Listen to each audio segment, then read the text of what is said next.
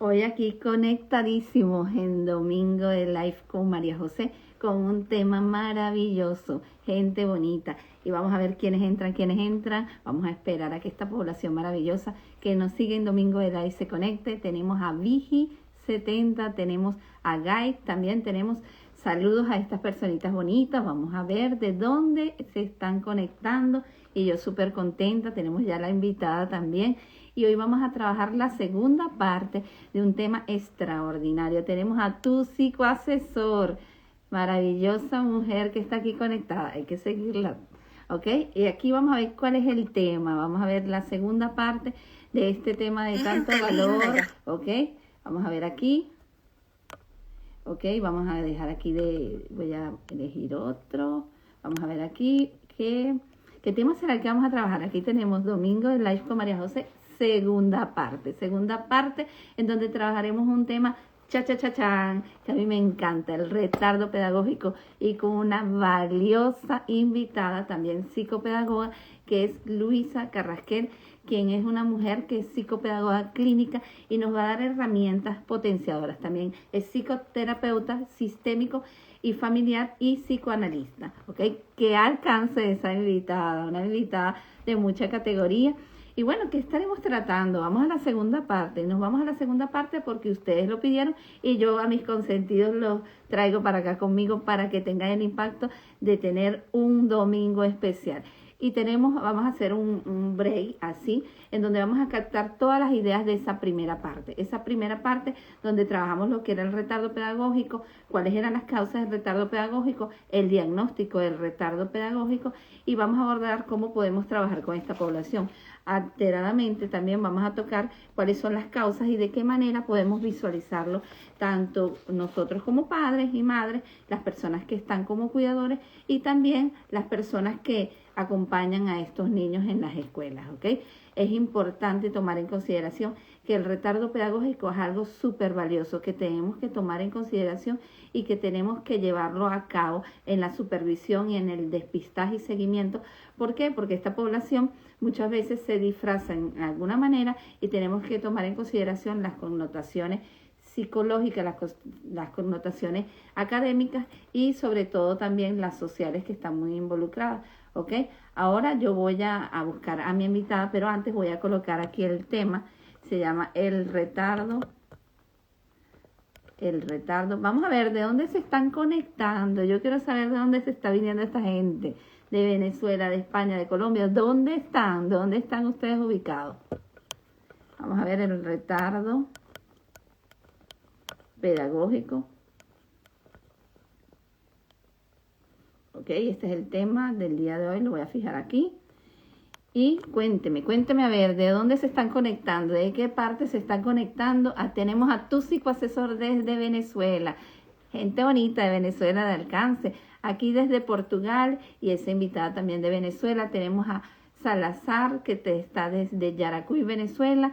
Gente unida por un mismo objetivo, proyectar, ganar información y sobre todo a ayudar y acompañar a poblaciones maravillosas que merecen de atención. Bueno, ya yo no me voy a robar ni un minuto más. Ustedes saben que a mí me encanta robarme estas escenas, pero ya tenemos a Luisa y yo le voy a hacer una invitacioncita. Vamos a ver aquí.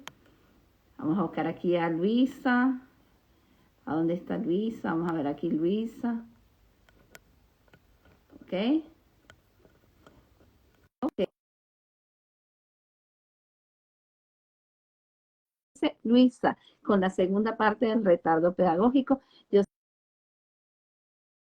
sé que ella es una mujer que tiene muchísimos nortes en esta materia y que nos va a enriquecer. Y hoy es un día muy particular porque somos dos psicopedagogas en la misma acción, de conectarnos en una emoción y podernos plantear el objetivo de informar y de llegar a la población de la manera más armónica. Bueno, hola Luisa, ¿cómo estás? ¿Cómo te encuentras en el día de hoy? Hola María José, bueno, muy bien, gracias a Dios. Aquí pasando una tarde de mucho calorcito. En Venezuela hay un verano y bueno, pues súper rico y bueno, agradecida por la invitación a tu programa los domingos con María José y bueno, a conversar sobre este tema tan interesante. Bueno, yo súper contenta porque hablamos en esa oportunidad de la primera parte del retardo pedagógico y a mí siempre me ha apasionado mucho este tema del retardo pedagógico porque es una población tan vulnerable que está en todas partes, en cualquier institución educativa y muchas veces ni siquiera nos damos cuenta de que se presentan y de que están allí. Hoy vamos a hablar de la primera parte, vamos a tocar algunos puntos de la primera parte para nosotros podernos enfocar en donde nos habíamos quedado. Y bueno, habíamos planteado de que es un tema donde los docentes tienen que tener el alcance de conocer, los padres también, porque trae una confusión el tema de retardo pedagógico a retardo mental. Son dos cosas que son muy distintas, más tiene una connotación que tiende a ser parecida. Entonces, al hablar del retardo pedagógico, el norte es la caída en los contenidos curriculares, ¿ok? En los contenidos curriculares, en los áreas académicas, y muchas veces también es importante el diagnóstico bien exhaustivo, porque podemos hablar de un TDAH. Sí. Ahora, ¿qué me puedes decir tú acerca de cuáles serían las características de esta población tan vulnerable como del retardo pedagógico? Mira, es importante puntualizar que este término se aplica a ese escolar que está dentro del sistema educativo formal y que tiene una discrepancia muy visible y significativa entre sus capacidades reales de aprendizaje y el rendimiento académico que está exhibiendo, ¿sí? Esto se traduce en bajo rendimiento académico. ¿Cuál es el riesgo? Esta población tiene riesgo a reprobar el grado, repetirlo, y si no son atendidos, pues ingresar a esas listas a esa estadística de deserción escolar. Es importante destacar que lo que es se habla que es un símil entre lo que es el retardo pedagógico y la inadaptación a la estructura escolar.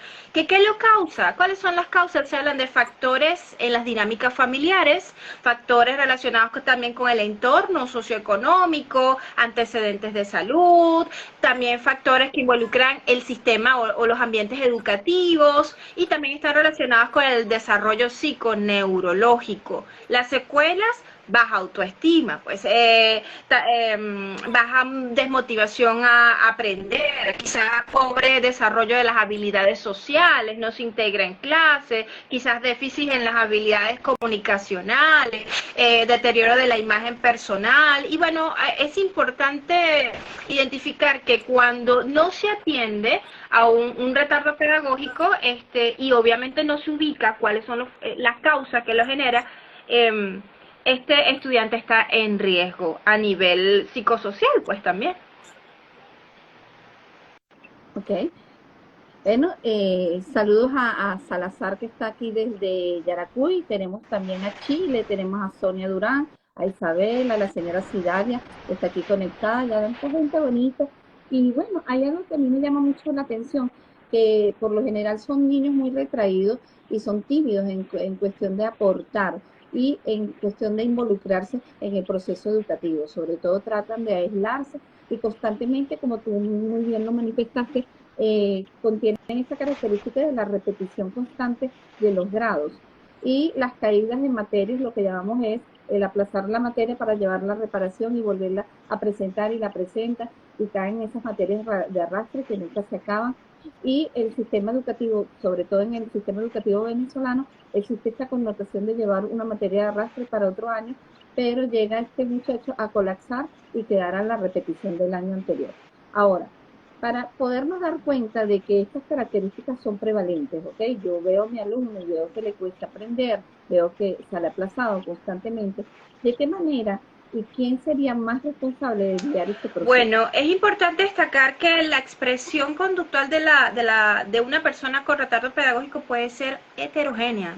Tal como tú lo dices, pueden ser retraídos, tímidos, ensimismados, pero también tienen tendencia pueden llegar a ser los bullies del salón, los acosadores escolares, tener dificultades con el respeto a la autoridad, pueden ser a desarrollar conductas disruptivas o agresivas, ¿no? A construir bandas alrededor de la escuela. Entonces, ¿cuál es el abordaje recomendado? Tiene que tener un abordaje multidisciplinar. Obviamente el maestro que está dentro del aula creo que es una de las figuras esenciales a connotar, porque es el que está evidenciando que a lo mejor de primera mano que este escolar, tiene cierta conducta dentro del aula y que no está rindiendo a lo esperado de acuerdo a esa capacidad o ese potencial. Entonces, la figura del maestro tiene mucha prestancia, muchísima importancia para poder, como quien dice, dar ese inicio donde conecte escuela, familia, para saber cuáles son las causas que pudieran estar generando. También puede solicitar ayuda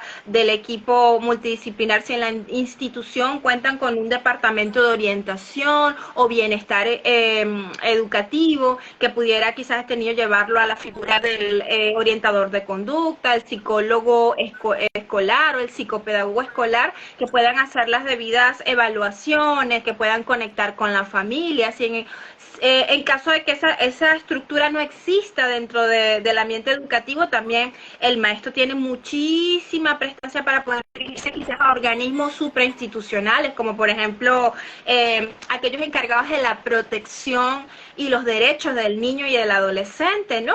Para buscar ese apoyo extra o dirigir la solicitud quizás a la zona educativa o a las instituciones que regulan el sistema educativo en la comunidad en donde estés inserto. Entonces, el llamado siempre es a tener esa actitud proactiva. La idea está no solamente esperar que a veces la familia tome conciencia de lo que está sucediendo, porque muchas veces el entorno familiar, el sistema familiar es el causante de que existe este retardo pedagógico, o quizás no lo tienen en la educación no es una prioridad, o el bienestar de este estudiante no es una prioridad. Entonces, si la familia es la que está fallando allí y no hace nada, también el centro escolar tiene ese poder para realizar. Okay. Fíjate que hay algo importante que has mencionado. Bueno, voy a saludar aquí a María Dolores Zapata, tenemos a Alejandra So y a toda esta gente bonita que se ha conectado. Muchísimas gracias. Pero aquí el factor preponderante sería el déficit cognitivo y la capacidad intelectual. Pero hay algo que me llama la atención de lo que tú has hablado, que es muy importante resaltar. El retardo pedagógico, el origen, hay un déficit cognitivo, como lo planteaba, pero hay unas vertientes que hay que tomar en consideración, y es la parte de la familia. La parte de la familia que tiene un peso súper importante. ¿Por qué? Porque puede haber un déficit cognitivo de generación en generación y se va arrastrando, o puede haber un retardo pedagógico de tipo ambiental, en donde las condiciones sean sumamente precarias y el niño no tuvo la suficiente alimentación, no tuvo la vigilancia, y el niño cayó en, por llamarlo así, en un problema neurológico más allá de lo normal. ¿Por qué? Porque de repente consumió sustancias que no eran adecuadas, de repente tal, o de repente hay situaciones muy adversas que son niveles de pobreza enormes que se viven en muchísimos países del mundo y traen como consecuencia de que los niños presenten este déficit cognitivo. Ahora, cuando nosotros observamos a los niños y a las niñas con un retardo pedagógico, hay gente que dice y piensa que muchas veces está asociado con el TDAH. Una cosa que son totalmente diferentes. Hay alguna que otra similar, que hay un problema en la atención y en la concentración en unos casos, pero en este caso se habla de una conducta muy repetitiva, una conducta muy inquieta, o en el TDAH, pero en el retardo pedagógico hablamos de un niño más disperso, de repente puede ser que sea un inquieto, pero para llamar y resaltar, y se convierte también en un trastorno desafiante, pues busca desafiar a fin de llamar la atención. Entonces fíjense lo importante de resaltar algo que nos dijo Luisa, la familia. La familia es importante, que tenemos que tomar en consideración. Y la familia no es solamente tener un acompañamiento de una entrevista. Yo voy a hacer una entrevista y voy a ver cómo es la familia. Ir a la casa de la familia y observar la realidad que está viviendo el niño. Porque ¿qué ocurre? Cuando hablamos de estos factores ambientales, cae en colisión de que a veces yo puedo entender que el niño come en la escuela y después no come más, y de repente come cuando vuelve a comer en el almuerzo de la escuela. Pasa en muchísimos casos en los que yo he vivido y que he visto que tienen un retardo pedagógico. ¿Y qué pasa? El déficit de la alimentación es muy importante. También ver cómo de generación en generación hay esta repetición del déficit cognitivo. Ahora, ¿qué podría dejar de señalarnos en el caso de esa confusión entre retardo pedagógico y el TDAH? Bueno, es importante destacar que si bien es cierto, un trastorno del neurodesarrollo, como lo que es el trastorno por déficit de atención e hiperactividad TDAH, puede causar retardo pedagógico, es importante delimitarlo muy bien, ¿ok? Igual como tú dices, algún trastorno del desarrollo específico del aprendizaje o un trastorno del desarrollo de las funciones cognitivas, pueden causarlo. Hay que separarlo porque digamos que señalar que es importantísimo poder delimitar si de verdad hay un trastorno al neurodesarrollo porque tiene un abordaje muy particular o si se tiene un retardo pedagógico por causas ambientales como la estuvimos mencionando. Las características del TDAH son muy puntuales y dentro de ellas hasta ahora se habla de que tiene una mayor incidencia desde el punto de vista genético. Si bien es cierto que si esa mamá durante ese proceso de gestación fumó, consumió bebidas alcohólicas, consumió algún tipo de drogas, no llevó una nutrición adecuada, donde hubo una debida vitaminación que le permitiera a este niño formar sus integridades neurológicas como se debe y que pudiera tener alteraciones a nivel de los procesos de atención y concentración, es importantísimo delimitarlo porque también causas emocionales generan problemas en la atención y la concentración. Entonces, si este niño está viviendo en un hogar donde no se le atiende, no se le da afecto, donde quizás no tiene alimento, como tú lo estás manifestando, el único lugar donde come es la escuela, quizás esa familia está destruida o está pasando por un proceso, no sé, donde se están separando, divorciando, este niño también va a exhibir dentro del ambiente educativo problemas de atención y de concentración y problemas de rendimiento académico. Entonces, el abordaje tiene que ser multidisciplinar e intensivo, porque como tú dices, no solamente una entrevista en el colegio. De hecho, de este tipo de trabajo se acompaña con la figura del trabajador social, ¿no? Donde se va a la casa de este niño, se observa cuáles son las cualidades, dónde duerme el niño, cómo se alimenta el niño, hay un problema de salud concomitante. Es otra cosa que también hay que señalar. Cuando hay problemas de salud evidente, por ejemplo, niños que sufren de anemia porque no se alimentan bien, que no consumen, es natural que existan problemas de atención y de concentración y que también tengan problemas con el rendimiento académico. Entonces, mi recomendación siempre es, vamos a hacer una buena valoración. Si bien es cierto que el niño puede tener el déficit, el TDAH, y está asociado también a las causas, a la disfuncionalidad en el sistema familiar, vamos a ver si es una cosa o la otra o las dos, porque el abordaje tiene que ser muy bien delimitado para poder tener un resultado, ¿qué es lo que se busca? Que este niño alcance su escolaridad, que este niño pueda desarrollarse desde su potencial al máximo y que obviamente si podemos abordar a la familia, que es la que está trabajando en contra de que eso se logre, también tenemos que tener un apoyo extra, pues. Bueno, fíjate que ese detalle que tú nos manifiestas en lo que es el atender a este niño en primera instancia y ver los factores perinatales y ver lo que es el acompañamiento en las diferentes áreas, es de muchísimo valor. Pero hay algo que hay que detallar, que existen muchos jóvenes que nosotros hablamos de repente de estos factores precarios en la parte de la economía, en la parte de la alimentación, pero existen niños con un retardo pedagógico que también están insertos en la otra área social, en donde hay un alcance. Pero ¿qué ocurre? Son personas que de repente también vienen de genética teniendo este problema cognitivo y que son también unos padres sumamente permisivos, en donde ven como un proceso que bueno, le cuesta, pero no se dan cuenta de la magnitud, porque en el retardo pedagógico hay una cosa, el niño no logra, o el niño o el adolescente no logra esforzarse en los estudios porque no consigue cómo hacerlo, porque neurológicamente no se le permite y pierde totalmente el interés en los estudios. Entonces, ¿qué ocurre con esto? Son niños que son etiquetados y calificados de una manera que no es cierta. ¿Y qué pasa con esto? La motivación y la falta de motivación es un factor muy importante en estos niños. Hay algo determinante, se le cuesta atender los contenidos. Es una alarma que nos lleva a darnos cuenta. Tenemos que accesar a diferentes especialistas, tenemos que accesar, y la escuela tiene que ser un ente participativo muy importante, porque ¿qué ocurre? El niño está, como tú lo dices, en un sistema regular, y pasa más en un grupo. Pero ¿qué tiene que hacer la profesora que ve que constantemente, o el coordinador, ve que estas personas van de generación en generación, van pasando de grado a grado, van pasando por una repetición? Yo tengo que darme cuenta que algo está pasando. Y algo necesario siempre es, nosotros como padres o como tíos, o si vemos que hay un proceso en donde el contenido es muy complicado, debemos buscar el apoyo. Ahora, ¿qué nos dirías tú del papel, el rol determinante que deben utilizar la familia, la supervisión en estos casos, y darse cuenta de que no es simplemente un problemita, es algo que debemos atañarlo como una necesidad, supervisar, orientar y atacar este problema y no ser permisivos?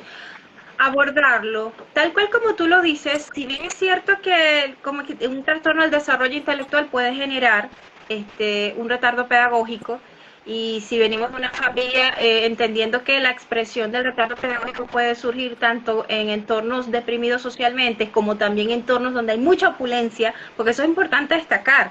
También esto se vive en colegios donde los chicos tienen muchísimo poder adquisitivo, pero quizás están sufriendo abandono emocional, porque los padres están pendientes de hacer dinero, de tener riquezas, de viajar por el mundo. Una madre que nunca se vinculó con la figura, con este proceso de la maternidad, y obviamente es una madre emocionalmente ausente, o son personas que tienen un criterio, un conjunto de sistema de creencias donde la negación de que mi hijo no tiene nada, donde quizás atribuirle a los hijos las responsabilidades que tienen que hacer, pero no se les brinda el apoyo o quizás el estigma, porque fíjate que tenemos que hablar una realidad.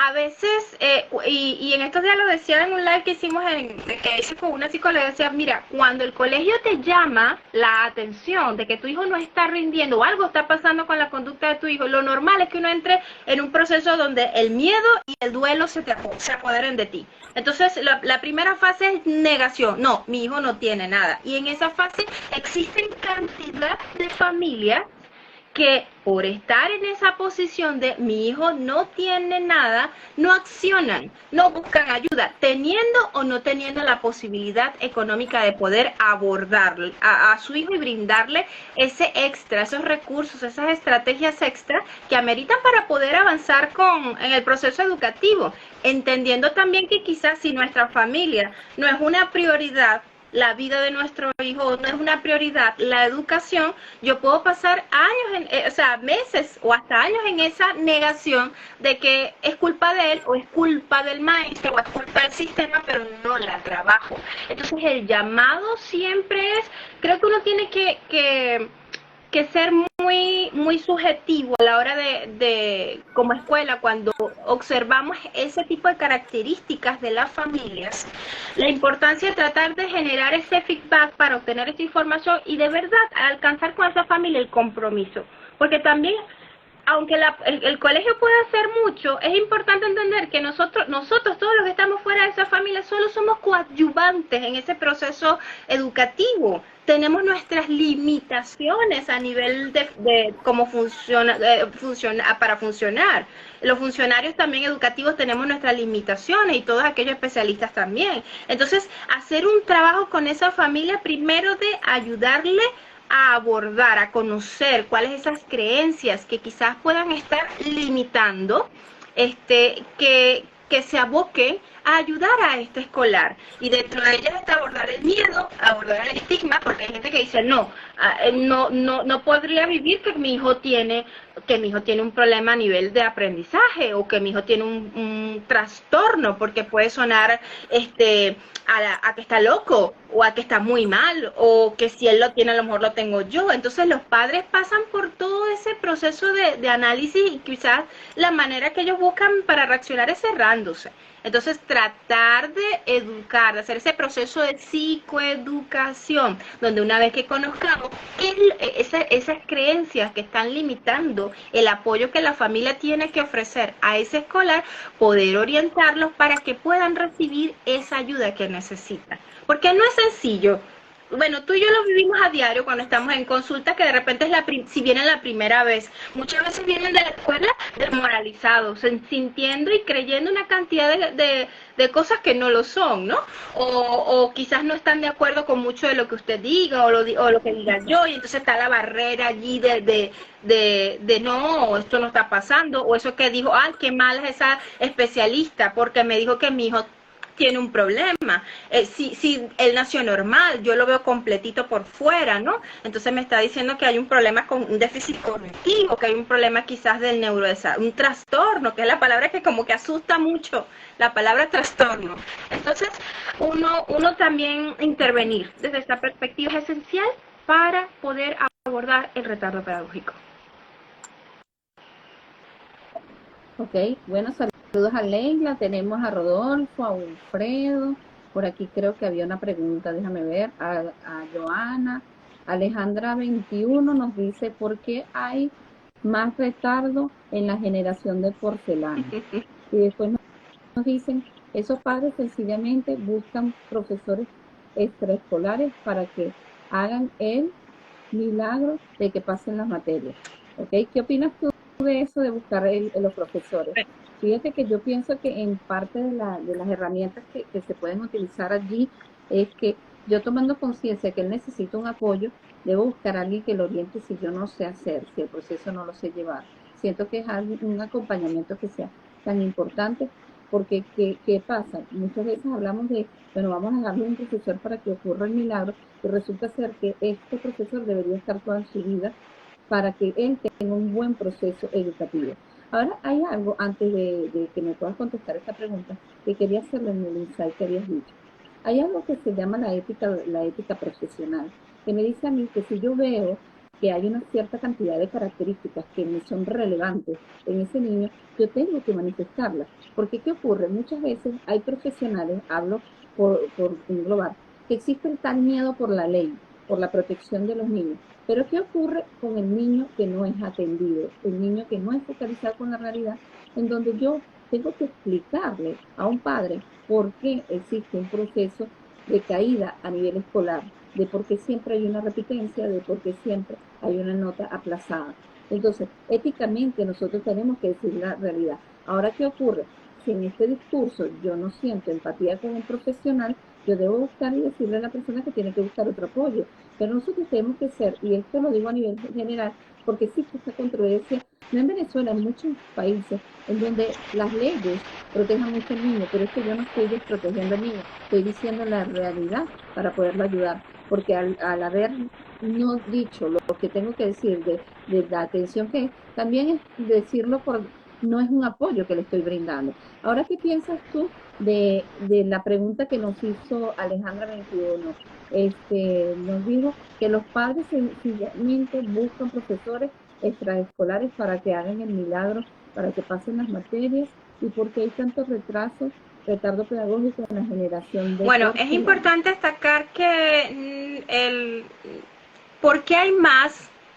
Porque es más visible. Yo siempre he dicho, mira, si tú buscas en la literatura, en el área pedagógica, en el área de educación especial, esto no es nuevo, esto no es ahora, esto no es reciente. Hay registros de personas con dificultades en el proceso educativo, con problemas asociados a nivel de los trastornos del neurodesarrollo, desde el siglo pasado. Sí, y eso uno lo ve cuando estudia en la universidad y se da cuenta que esto es antiguo. Esto tiene... Lo segundo es que estamos viviendo una realidad que cada día, a medida que hemos evolucionado como sociedad, se espera que la persona tenga mayores competencias académicas para poder ejercer quizás un trabajo. Se espera, los sistemas gubernamentales han hecho un trabajo bien significativo para que todo, garantizar la educación a todas las personas. Y quizás en el pasado estas personas que tenían un retardo pedagógico se solucionaba expulsándolos de la escuela, o simplemente el niño no iba más, la familia lo ponía a trabajar, teniendo que trabajar a muy temprana edad, y nadie se ocupaba del tema. Ahorita el sistema es totalmente diferente y por ende es que es más visible. sumándole que tenemos espacios como estos virtuales, redes sociales y todo eso, donde quizás podemos ver más noticias y podemos creer que esto es nuevo, pero esto no es nuevo. Que el padre o la madre busquen tutores escolares. Mira, yo siempre le digo, si tenemos un escolar que tiene problemas a nivel de rendimiento académico, tenemos que buscar la figura del psicopedagogo. ¿Por qué? Vuelvo y repito, ubicar la causa. Dentro de esa causa se desprenden un sistema, o sea, un colaje de recomendaciones y obviamente un colaje de apoyo, y dentro de ese apoyo también puede estar la figura del tutor escolar o ese profesor extra. Si de repente la causa es que yo tengo dificultades para lo que es asimilar conceptos matemáticos, me puede ayudar muchísimo que mi hijo vaya a clases extras de matemática o de inglés o de ciencias en general. Si el problema es en lectoescritura, bueno, aliarme de un profesor que tenga formación en el área de lengua y literatura, va a ser positivo. Todo aquello que sume en la vida del hijo para garantizar ese proceso de formación, de educación, de alcanzar las competencias académicas que le permita a mi hijo acceder a mayores oportunidades laborales y financieras, es inevitable que nos comprometamos a buscarlo. Y eso no es tan mal. Eso no es ni objetable ni cuestionable. Todo lo contrario, el hecho de que la familia lo haga nos estaría dando como ese indicador de que, aunque no se entienda muy bien el por qué, tenemos un padre, una madre movilizados que está buscando una ayuda. Y eso está bien. Okay. Bueno, fíjate que este punto que habías tocado del retardo pedagógico visto desde todo esquema, a nivel mundial se ha hablado mucho que la población de bajo nivel económico, ¿no? Por lo general le cuesta muchísimo esta parte de alcanzar conocimiento, de repente no tienen una vasta información y de repente la generación atrás cognitivamente no funcionaba igual. Entonces, ¿qué ocurre? Muchas veces se cercenaba a esta población y se hablaba de que es que ellos no tienen capacidad para, es que ellos no le dan la capacidad para, económicamente no tiene que ver un factor con otro, sino que existen carencias nutricionales, carencias sociales que no le permiten llegar a este contexto. Pero también vemos cómo está el otro lado de la moneda, que es la parte que tiene muchísimos recursos, pero no hay una vigilancia en la alimentación, no hay una vigilancia en cómo llevaste el proceso y también estos factores emocionales. Algo que me llama mucho la atención es el factor de los problemas emocionales y la separación muchas veces de las figuras importantes. Cómo esto repercute en cerrarse en una conexión que psicológicamente el niño de repente ya tenía algunas dificultades para aprender, pero este fue como el detonante para decir, ya no me puedo centrar, ya no doy para... Y cómo los padres no darse cuenta de que los factores de adultos son de adultos, involucrar a los hijos, en donde nunca nos dimos cuenta de que este factor estaba hasta que reventó una tristeza o un factor emocional, en donde tenemos que darnos cuenta, mira, está más retraído, está sacando calificaciones más bajas y tengo que SOS, buscar a alguien que me apoye. ¿Qué piensas de este SOS que deben buscar para que les apoye la parte emocional? ¿Cómo estos muchachos sufren también, ya sea por factores de familia o por factores inclusive de bullying y todos estos detalles que aparecen en las aulas? Mira, la neurociencia nos ha aportado muchísima información valiosa con respecto a cómo funciona el cerebro y cómo las emociones afectan los procesos cognitivos o los procesos de aprendizaje. De hecho, en la actualidad se habla mucho que la educación tiene que estar centrada primero en generar emociones positivas para que ese cerebro funcione de la mejor manera y obviamente la persona pueda aprender a integrar la información y tenga una buena calidad de memoria. Cuando yo estoy frente a una emoción muy intensa, mis habilidades para concentrarme, mis habilidades para integrar la información y luego la memoria están afectados. Si este niño está atravesando, o adolescente, está atravesando por un proceso donde está viviendo emociones que los conectan quizás con la tristeza o con la ira o con el miedo, como en el caso del bullying, que está sufriendo bullying dentro del ambiente educativo, va a aparecer problemas de rendimiento académico y eso es importante destacarlo. Solo aprendemos, solo fluimos dentro de estos procesos de aprendizaje desde la tranquilidad, desde el equilibrio, desde el bienestar, desde la felicidad, desde el confort. Entonces, ¿qué tenemos que hacer nosotros como, primero, enfocándome en la respuesta del punto de vista educativo? Bueno, favorecer esos espacios de aprendizaje donde el estudiante primero tiene que sentirse seguro, tiene que sentirse confortable, hacer un trabajo, cada día tener una postura muchísimo más proactiva con la prevención de cualquier acoso escolar.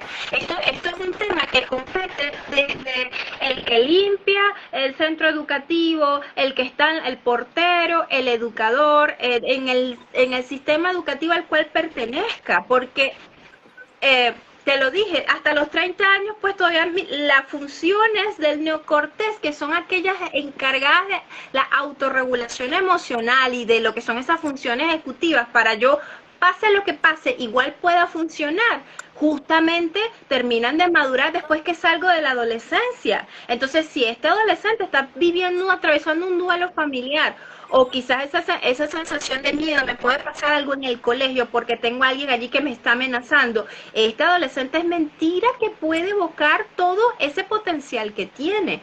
La familia prestarle atención, siempre lo he dicho, la familia es ese espacio que tiene que hacer un trabajo consciente.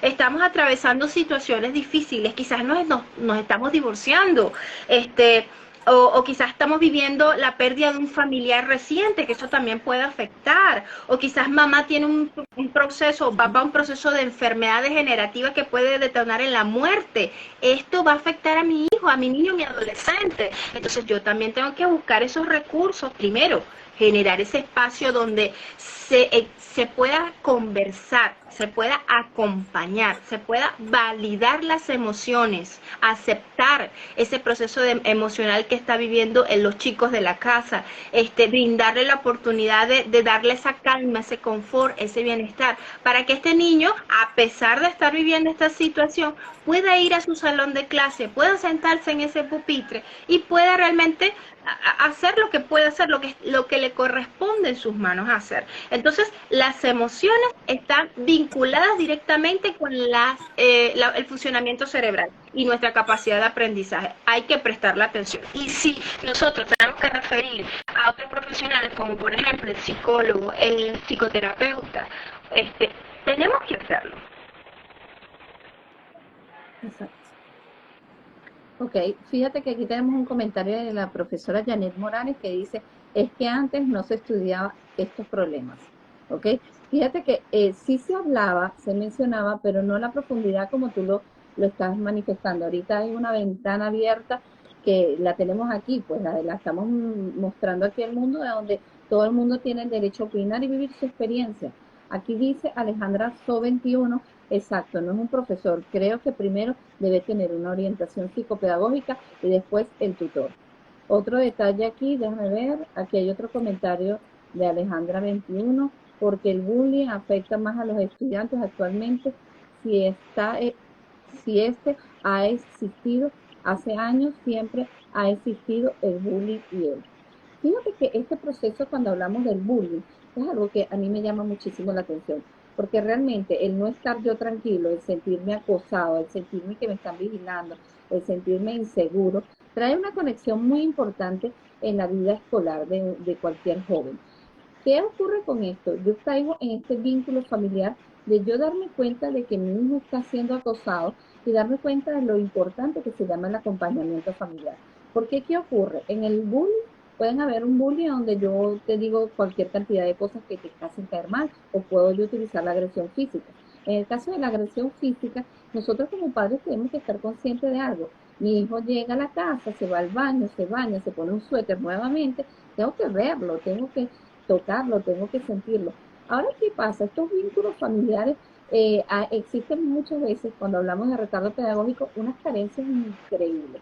Hay falta de acompañamiento, hay yo nunca me di cuenta, hay falta de las normas, no se establecieron normas, y de repente fue más fácil yo hacerle las cosas que él hacerlas, es decir, no lo orienté. El ambiente fue abandonado, porque bueno, yo como madre tengo muchas cosas que hacer y no puedo estar pendiente. De repente puedo ponerle un profesor, pero el profesor no va a hacer el papel de la casa, porque no lo va a hacer, eso también es una parte importante. Ahora, ¿de qué forma influyen estas crisis de carencias en los adolescentes? Bueno, fíjate algo, es importante entender que porque algo haya sucedido en el pasado con mucha frecuencia no significa que sea positivo, que sea normal, no normalizar, no normalizar la expresión del bullying. Y también es importante destacar que el bullying a veces no solamente lo ejerce un compañero de clase con otro compañero de clase. Tenemos en aula de clase a veces maestros, profesores que son bullers, que son acosadores escolares y que como está tan normalizado, es decir, tan internalizado que soy la figura de autoridad y como soy la figura de autoridad me puedo burlar de este estudiante o puedo decir, mira, o puedo llamarlo bruto, tonto, lento, o puedo destacar cualidades físicas como por ejemplo eres narizón, eres feo, eres bajito, y es un chiste por lo menos en nuestra cultura, ¿no? Donde la gente dice, ay, pero a mí en el colegio me decían de todo y yo, aquí estoy. Le digo, mira, hay múltiples investigaciones en el área de psicología que dicen que las personas que padecieron bullying, estamos hablando de investigaciones en adultos, que padecieron bullying en los centros educativos, sea por profesores, por institución educativa o por escolares, estas personas tienen secuelas en su vida adulta. ¿Cómo le va a afectar a un adolescente? Bueno, entendiendo que como adolescente quizás están entrando en una etapa donde ya me siento más autónomo, quizás obviamente las necesidades del adolescente desde un punto de vista psicológico son muy particulares, ¿no? Donde para mí es importante vincularme a un grupo, identificarme con un modelo, buscar aprobación de mis pares, que esas son necesidades muy propias de la adolescencia. Entonces, si este chico viene con una autoimagen deteriorada, está padeciendo dentro del aula de clase esta situación, este adolescente se aísla, mira el riesgo de desarrollar problemas mentales, o sea, a una enfermedad mental asociada a la condición es elevado. Y por eso es que es importante como familia, tal cual como tú lo dices, como familia, observar, jamás asumir. Fíjate algo, yo te voy a contar mi experiencia.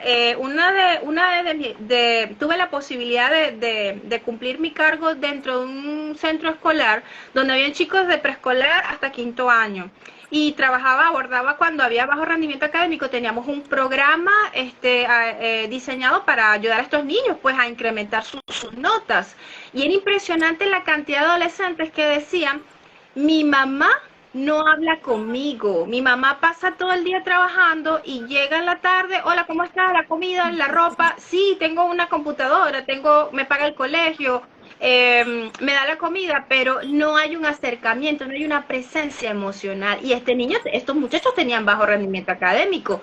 Había otros que tenían quizás esa mamá presente, pero el papá no. El papá creía que su función era alimentarlo, darle la ropa, llevarlo de vez en cuando a la playa, y bueno, como yo estoy cumpliendo en casa a nivel general, ya todo está bien. Y eran muchachos que tenían te venían repitiendo, que tenían bajo rendimiento académico, que como tú dices, pasaban con 2 materias del año pasado, porque ya cuando yo empiezo a trabajar ya se podía estar 2 materias del año pasado, y que eran chicos que tenían un abandono emocional, un abandono familiar, o sea, comían bien, tenían buena comida, tenían el uniforme completo, tenían los cuadernos completos, pero no había un acompañamiento de la familia donde fuera importante la opinión del adolescente, donde hicieran sentir al adolescente amado. Pero como ya yo lo veo grande, él puede solo. Bueno, y como me dijo una vez una mamá, es que mira, que haga sus amigos y que busque el amor en sus amigos. Y yo decía, Dios mío,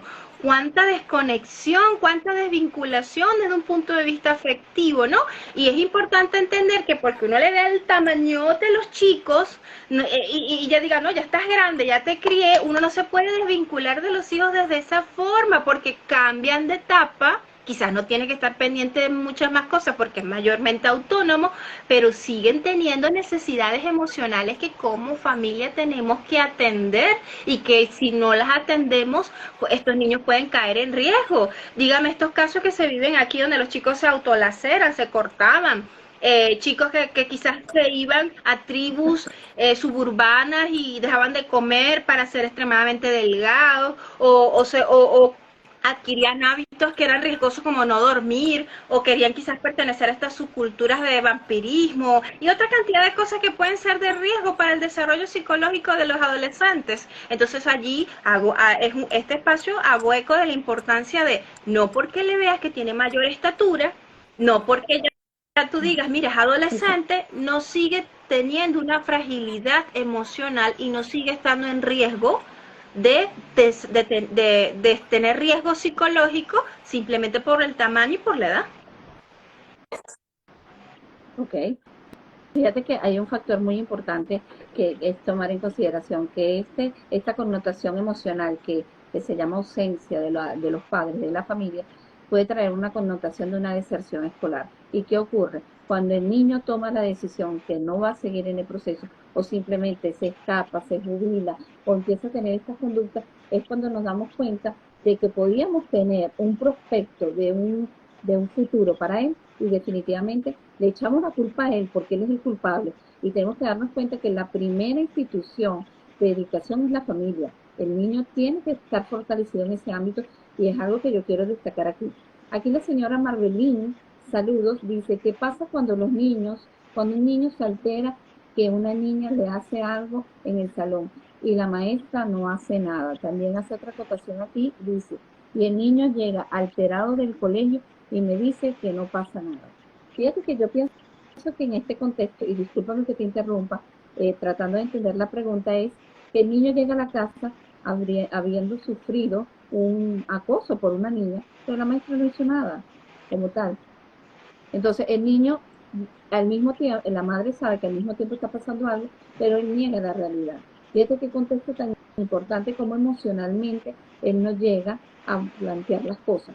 ¿Qué piensas tú de este no hablar del niño, de resistirse a contar la realidad de lo que está pasando y que no está siendo atendido, sino que está siendo acosado por una compañera? Mira, un término que aprendí de parte de lo que fueron las formaciones en Defensoría del Niño, Niña y Adolescente es que también existe el término abuso infantil por omisión. Y dentro de ese término legal, abuso infantil por omisión, es eso, cuando yo estoy consciente de que tengo a mi poder, yo como educadora en ese momento soy una figura de autoridad y cuidado, ¿no? Soy el cuidador principal. Y si está ocurriendo un hecho dentro de ese espacio donde yo gestiono, que hace sentir al niño, o sea, está siendo el niño agredido y yo no hago nada, yo también me hago copartícipe y obviamente corresponsable y culpable también por omisión, porque este niño está sufriendo un abuso allí físico o psicológico. Ahora la pregunta es para la madre, porque eso es algo que también me llama muchísimo la atención y a veces me cuesta comprenderlo, me cuesta mucho empatizar como madre, uno que es madre y dice, si sabes que tu hijo está padeciendo dentro de un entorno escolar donde está recibiendo bullying y tú ya lo sabes porque quizás por alguna manera te diste cuenta o él te lo contó, ¿por qué no hacer nada? ¿Por qué permitir que ese docente siga incurriendo en esa postura por omisión? Entonces allí yo como padre también me tengo que movilizar, yo también como padre tengo que buscar la figura de autoridad de este profesor, buscar a los directivos, hacer el llamado, o sea, manifestar lo que está viviendo mi hijo. ¿Para qué? Para que se haga una intervención en favor de atender a ambos niños, porque es importante entender que cuando se trabaja los temas de bullying o de acoso escolar, la intervención no solamente va para la víctima, sino para el victimario, porque ambos son niños, están en la misma edad y resulta y pasa que la otra niña también, el hecho de que sea acosador, puede también estar viviendo una situación de riesgo familiar. Entonces esa familia también hay que hacerle llamado a botón a la escuela. ¿Qué está pasando? Que estamos criando y creando a un buller, porque eso también tenemos que internalizarlo. Si mi hijo es el que se burla, si mi hijo es el que agrede al otro, si mi hijo es el que genera este malestar, algo también, o sea, mucho de lo que estoy haciendo o mucho de cómo estoy dirigiendo la dinámica familiar está alimentando y está creando este buller. Y sí, porque se dice, el buller nace o se hace. ¿Y qué lo hace? El entorno familiar también. Y también la omisión de la familia, la no atención. Entonces, como madre de la víctima, hacer el llamado. en primera instancia a los directivos. No pasó nada, el colegio se lavó las manos, voy a organismos suprainstitucionales que garanticen la protección y el derecho del hijo mío, pero no puedo ser pasiva al respecto.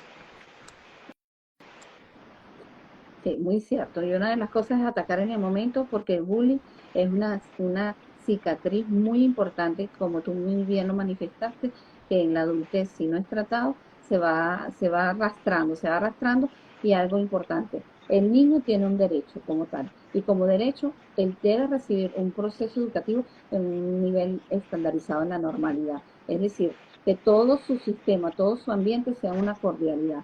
Ahora, ¿qué ocurre? Como muy bien que tú lo mencionas, muchas veces pensamos que es el niño que lo sufre, pero el niño de repente es el que lo provoca. Eso es algo importante nosotros, ser sigilosos y evaluar bien qué es lo que está pasando en ese ambiente, por qué ocurre esta situación y enfocarnos. Y algo, no dejar el tiempo correr, porque el tiempo correr trae la consecuencia de que después no se pueden enmendar cosas porque no tiene soluciones y trae de repente la violencia, trae crisis emocionales que podemos evitar.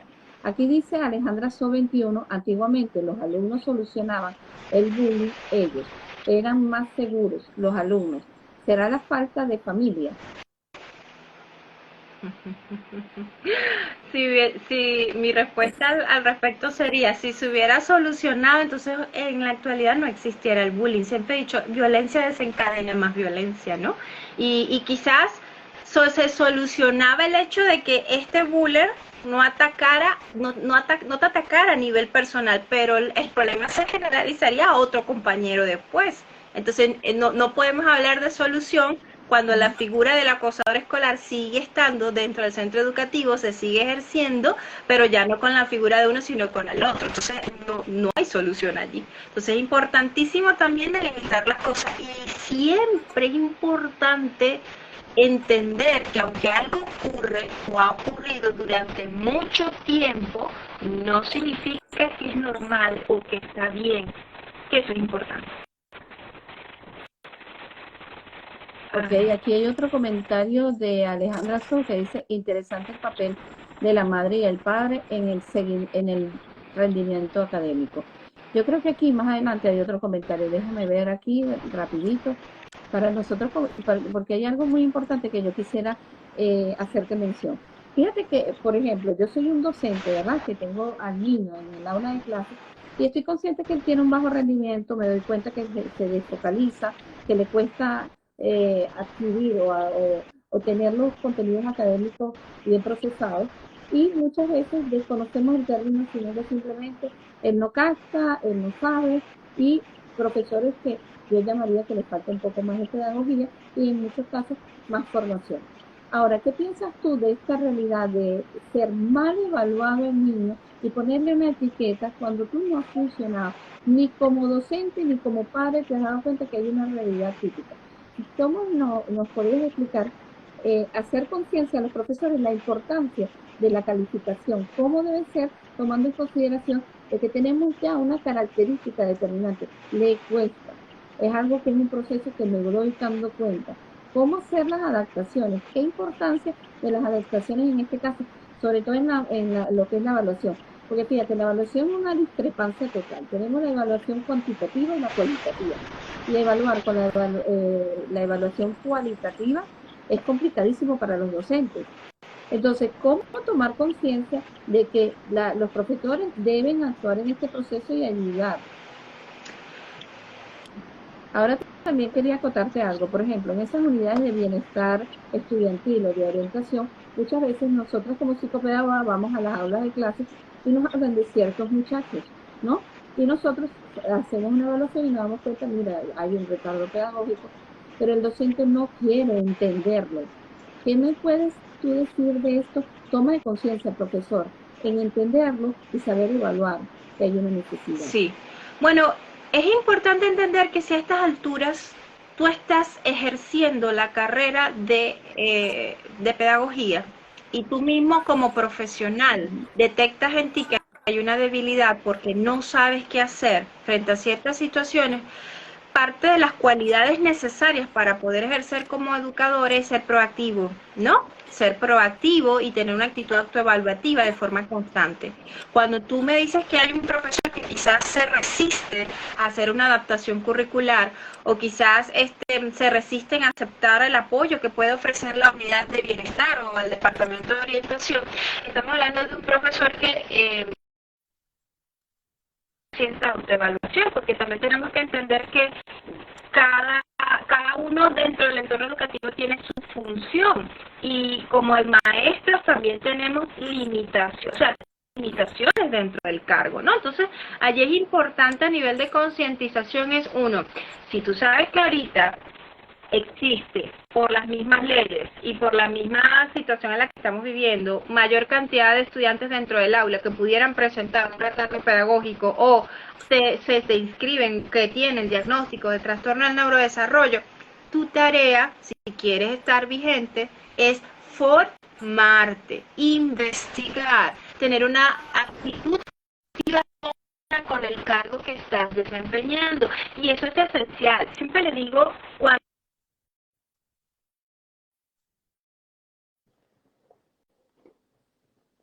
digo, ¿tú te operarías un órgano importante de tu cuerpo con un médico que estuviera desactualizado y que pudiera poner en riesgo tu salud? Y la persona me dice, no, yo no me operaría con un médico que esté desactualizado y que pudiera poner en riesgo mi salud. Entonces, ¿por qué si puedo yo mandar a mi hijo a la escuela y estar con un educador que esté desactualizado y que pudiera poner en riesgo el desarrollo psicológico o cognitivo de mi hijo? Entonces, allí es importantísimo hacer esa acotación, entender que cada pieza es esencial dentro del entorno educativo, que nosotros no vamos, por ejemplo, a ofrecerte el apoyo por querer invalidar tu criterio como profesional, sino que estamos como coadyuvantes, apoyándote, que nuestra función es de apoyar, de complementar, y obviamente también dentro de nuestras funciones está supervisar que esas recomendaciones que uno emana se cumplan dentro del entorno educativo. Entonces, tener la actitud, estar bien ubicados en el cargo que estamos ejerciendo, ¿sí? Estar bien ubicados. Y si tenemos dificultades para ello, es indispensable cuando trabajamos en estas áreas tener asesoramiento psicológico, porque a veces tenemos que aprender cosas nuevas. Este cargo exige muchísima inteligencia emocional y para ello tenemos que tener una postura también activa y atender también, yo le digo a los maestros, esas estrategias de autocuidado psicológico, porque estar allí todo el tiempo trabajando con muchos niños puede ser muy demandante, o si tú estás atravesando una situación personal muy particular, pero no hay excusa, porque tú así, si un médico te opera y comete mala praxis médica, hay consecuencias legales. Oye, como maestro, ¿tú crees que no las hay? O como maestro, yo voy a estar con una posición de no pasa nada porque son niños o son adolescentes. Sí pasa. Entonces, ser responsable con el cargo que tenemos. Fíjate algo que es el rol del profesor. El rol del profesor es brindar a que todos los niños aprendan de una manera, respetando su ritmo, respetando todo su compendio cognitivo, de que él llegue a adquirir algo del aprendizaje, y el aprendizaje no es un aprendizaje, que esto es algo que se le habla a los padres, se le habla a los docentes, el aprendizaje es para la vida, el dejar las matemáticas es para un proceso de enriquecimiento, para tú ser alguien en la vida que puedas manejar los números, puedas tener una reversibilidad de pensamiento y darte cuenta de que tienen que cambiar esto, y que un niño que trae diferentes dificultades es un reto maravilloso que llega a tu vida, que tienes que tú modelar. Porque ¿qué ocurre? En estos sistemas educativos, el niño que tiene dificultad es muchas veces cercenado o muchas veces etiquetado. ¿Y qué ocurre? Es el que tiene que ser más apoyado. Fíjate, por ejemplo, saliéndome un poquito del contexto del tema, en los niños con trastorno de déficit de atención, son niños muy inquietos, en donde exacerban las conductas de personales que están trabajando con ellos, y darte cuenta de que ellos pueden ser cooperadores en tu vida, en el proceso, y de repente no van a ser un crack en la matemática, pero van a saber cómo desempeñarse en entregar materiales en el aula, ser la mano derecha tuya, y darte cuenta de que tenerlo al lado no es un problema. Tenerlo al lado es darte cuenta que él va a estar más pendiente de ti, no va a estar más pendiente del otro. Fíjate la manera, el paradigma de cambiar este esquema. Entonces, ¿qué ocurre? La incidencia que me manifiesta de la actualización docente es muy necesaria. Tengo un niño que sale de lo típico, tengo que observarlo, tengo que validarlo, y si tengo unidades de apoyo, con más razón debo manejar este contexto. ¿Por qué? Porque muchas veces, y me imagino que a ti te habrá pasado, que tú tienes el diagnóstico, tienes las herramientas, tienes el seguimiento, pero hay una caída, el profesor no coopera. ¿Y qué pasa con el profesor? Porque tenemos la escuela antigua y no nos venimos a la escuela moderna, en donde tenemos que darnos cuenta que hay unas adecuaciones que tenemos que hacer. Aquí hay unos comentarios de Alejandra So que dice, la E está muy bien, la felicito, gracias por responder sus preguntas, pero aquí hay una pregunta de la señora Marbelí que nos dice, el niño agresivo en casa y lo que vivimos en la casa somos tranquilos. ¿Qué le pasa al niño? ¿Okay? Este es el caso que nos había manifestado la señora de que el niño llevaba un cierto acoso por parte de una compañera y la profesora no hacía nada. Que él se manifiesta en la casa agresivo, pero en la casa no son Tienes agresivos. que buscar la ayuda ¿Okay? del psicólogo. Ya si tú sabes, si tú identificas como madre que quizás no hay causas ambientales en tu sistema familiar que pudieran estar trabajando a favor de que esta conducta aparezca, hay que ir al psicólogo, hay que buscar a tocar esa puerta, ¿no? A ser proactivos al respecto. Y bueno, María José, Sí. tomando la idea que tú estás exponiendo, pues en efecto sí, es importantísimo entender, primero que la educación del siglo, para ser pertinentes como educadores en el siglo XXI, amerita que la educación sea un proceso individualizado que atienda las necesidades educativas especiales del escolar. Y eso está reglamentado por la UNICEF y por la ONU, es decir, que se aplica en la mayor cantidad de países a nivel de Hispanoamérica. Entonces es importantísimo entender que si yo estoy ejerciendo dentro del sistema educativo de mi país, estoy llamado, o sea, es como se espera, estoy llamado y está reglamentado de que cumpla con las adaptaciones curriculares. Estos procesos donde yo excluyo, donde yo ignoro, donde yo quizás abejo a este escolar que tiene una necesidad educativa especial, hay que hacerle un llamado a este tipo de educadores, a esas escuelas tradicionalistas. ¿Por qué? Porque la escuela fue creada para dar respuesta a las necesidades sociales en el tiempo en el cual tú estás inserto. Entonces muchas veces si yo sigo aferrado a que las cosas son como yo las aprendí en la universidad o cuando yo me formé o porque en el pasado se hacían las cosas de esta manera y yo no quiero cambiar, o sea, y yo considero que eso tiene que ser así. Mira, un llamado de atención para ti como educador también. ¿Por qué? Porque estamos transitando la era de la educación, de la información. Y así como en el pasado tú y yo no podíamos hablar, yo desde Exactamente. aquí de Venezuela y tú desde allá de Portugal, y tener esta interactividad con este montón de personas que nos están viendo, y tuvimos que adaptarnos a aprender cómo funciona el teléfono, abrirnos un Instagram, aprender cómo hacer los live y aprovechar estos recursos, y lo estamos utilizando para poder llevar esta interconectividad. Ya, así mismo como maestros también tengo que flexibilizarme y adaptarme, porque es otro de los aspectos importantes en lo que es la carrera del ejercicio de la profesión docente, ser flexible, ser adaptativo y dar respuestas a las necesidades sociales. Entonces yo estar allí excluyendo, entendiendo que se ha demostrado que toda persona aprende desde su característica individual y que todos los seres humanos tenemos necesidades educativas específicas.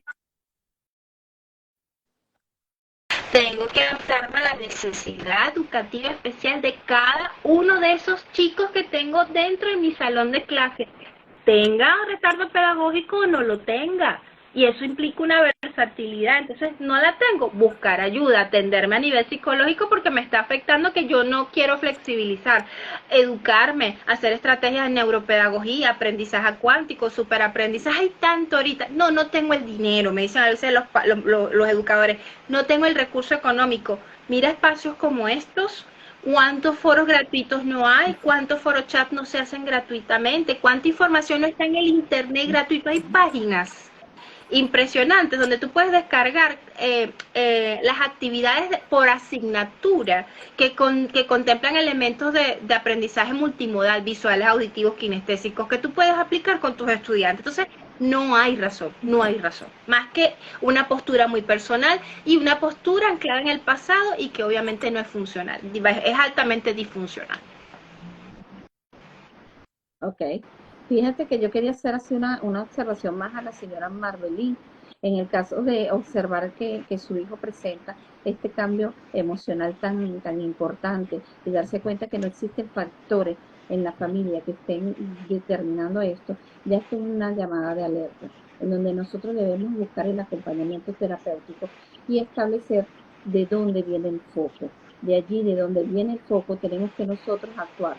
Yo veo que hay un niño que tiene un cambio emocional, yo busco cuál es el foco y dependiendo de esto, yo abordo ya sea con la dinámica de la psicología conductual o ya sea con la dinámica de la flexibilidad de otra tendencia a nivel de psicología. Es importante este caso de evaluarlo. ¿Por qué? Porque esta conducta va arrastrándose y después llegamos a la adolescencia. Cuando llegamos a la adolescencia, cambios hormonales y hay una disfuncionalidad en la conducta. Entonces es importante trabajar esto y sobre todo buscar el acompañamiento terapéutico.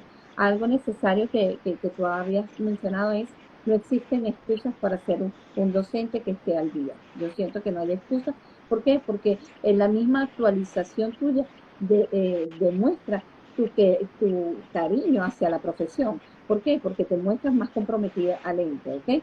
Ahora hay una pregunta que te quería hacer como una pregunta final, que es esta parte de la incidencia, de la interacción, familia, el apoyo de especialistas y al mismo tiempo el apoyo de los profesores. Tenemos esta incidencia. ¿Cómo podrías decirnos tú cómo ellos son necesarios, elementales, para subsanar o superar más el retardo? Bueno, entendiendo que no puede existir, no puede funcionar o alcanzar los resultados uno sin el otro. Tiene que estar trabajando de forma cohesionada, ¿no? Es importantísimo entender que todos tenemos que trabajar a favor de ese proyecto de futuro adulto de nuestra sociedad. Mientras mayores niveles de preparación tenga nuestra sociedad, mejores comunidades vamos a tener, mejor sistema, porque no sabemos si ese estudiante el día de mañana va a ser un médico, puede ser un abogado, puede ser en nuestras carreras hemos podido observar chicos que vinieron a lo mejor quizás a consulta por primera vez con un gran problema de aprendizaje y ahorita son abogados, ingenieros, tienen negocios, son hasta políticos. Entonces, el tener la visión adecuada, estoy educando no solamente un niño, un adolescente, sino un futuro adulto que va a tener un impacto en la sociedad y que yo como garante, sea la mamá, sea la maestra, sea el especialista, tiene una incidencia en la vida de esta persona para que él pueda alcanzar ese proyecto personal, porque cuando en mi comunidad hay niños que tienen problemas delictivos, eso también es mi responsabilidad si yo fui su maestro, si en mi comunidad hay un éxito porque de repente tenemos un alcalde muy bueno, eso también, y fue mi alumno, eso también, yo también aporté a esa persona, yo también cooperé, fui cooperador. Entonces el trabajo se tiene que hacer cohesionados, responsablemente, dirigido, evaluado, y sobre todo constante, disciplinado, para que estos chicos puedan superar el retardo pedagógico. ¿Se puede superar el retardo pedagógico? Sí. Todo ser humano puede aprender desde sus características, diferencias individuales y sus necesidades educativas especiales. Entonces, ya queda la parte de comprometerse y buscar y evaluar y trabajar a favor de que esto se alcance, pero es una responsabilidad de todos. Exactamente, fíjate, es una responsabilidad de todos y de un equipo que tiene que estar uno tomado de la mano en el mismo interés, en el niño, en el adolescente, inclusive en el adulto también. Ahora, Luisa, ¿nos podrías decir en qué parte de las redes sociales te podemos conseguir? Y si puedes, lo escribes allí en el chat para que la gente te Ah, pueda empezar a seguir mientras yo voy ok, cerrando muy aquí. sencillo. ¿Ok? Me pueden ubicar Luisa Carrasquel Oficial. Muy sencillo, Luisa Carrasquel Oficial. Y allí Ok, estoy en Instagram ok. y estoy en Facebook también. De hecho, en mi Instagram también están mis números de teléfono por si van por allí al perfil al terminar esta actividad. Si quieren contactarme, pues, y siempre también ofreciendo contenido de calidad para madres, padres y educadores en estos temas de neurodiversidad y familia. Ok. Fíjense, gente bonita, hoy tuvimos una invitada de categoría en donde nos dio herramientas potenciadoras acerca del retardo pedagógico. Algo tan importante que es el acompañamiento, el interés y el amor a darle una formación de una manera óptima a estos niños, niñas y jóvenes que requieren de ser aceptados, de nosotros brindarles la dedicación que ellos tienen. ¿Por qué? Porque ellos requieren de una mayor motivación, requieren de un mayor acompañamiento escolar y simplemente son dificultades que presentan. Si tú eres madre o eres orientador, recuerda que al estar con estos niños es necesario el apoyo a nivel terapéutico para que ellos puedan superar cada una de sus etapas y sobre todo seamos y hagamos un futuro muy especial en estos jóvenes, lo cual lo veremos al alcance de la vida, cuando nosotros realmente le demos el valor de que él aprende de un modo diferente, pero de que aprende, aprende. Es importante tomar también en consideración las adaptaciones curriculares. Si nosotros vemos que no se están dando y no existe un equipo que está aportando, buscar el apoyo de otro equipo que le pueda brindar o otra escuela que le pueda brindar las características. El retardo pedagógico existe en cualquier clase, en cualquier niño o niña, pero nosotros somos los que debemos manejar esta situación. Nunca dudes de que un comportamiento, una adquisición de conducta o de aprendizaje sea difícil para tu hijo, no buscar un acompañamiento. Ya es una alerta para hacerlo. Bueno, Luisa, muy contenta de tenerte en el espacio. Un gran abrazo de mi parte. Espero que nos podamos ver en otra oportunidad. Y bueno, mi gente bonita que se conectó, ya saben, tienen que ver este live para poder tener estas herramientas nuevamente y les deseo que tengan un día fabuloso. Un gran beso, María José. Chao.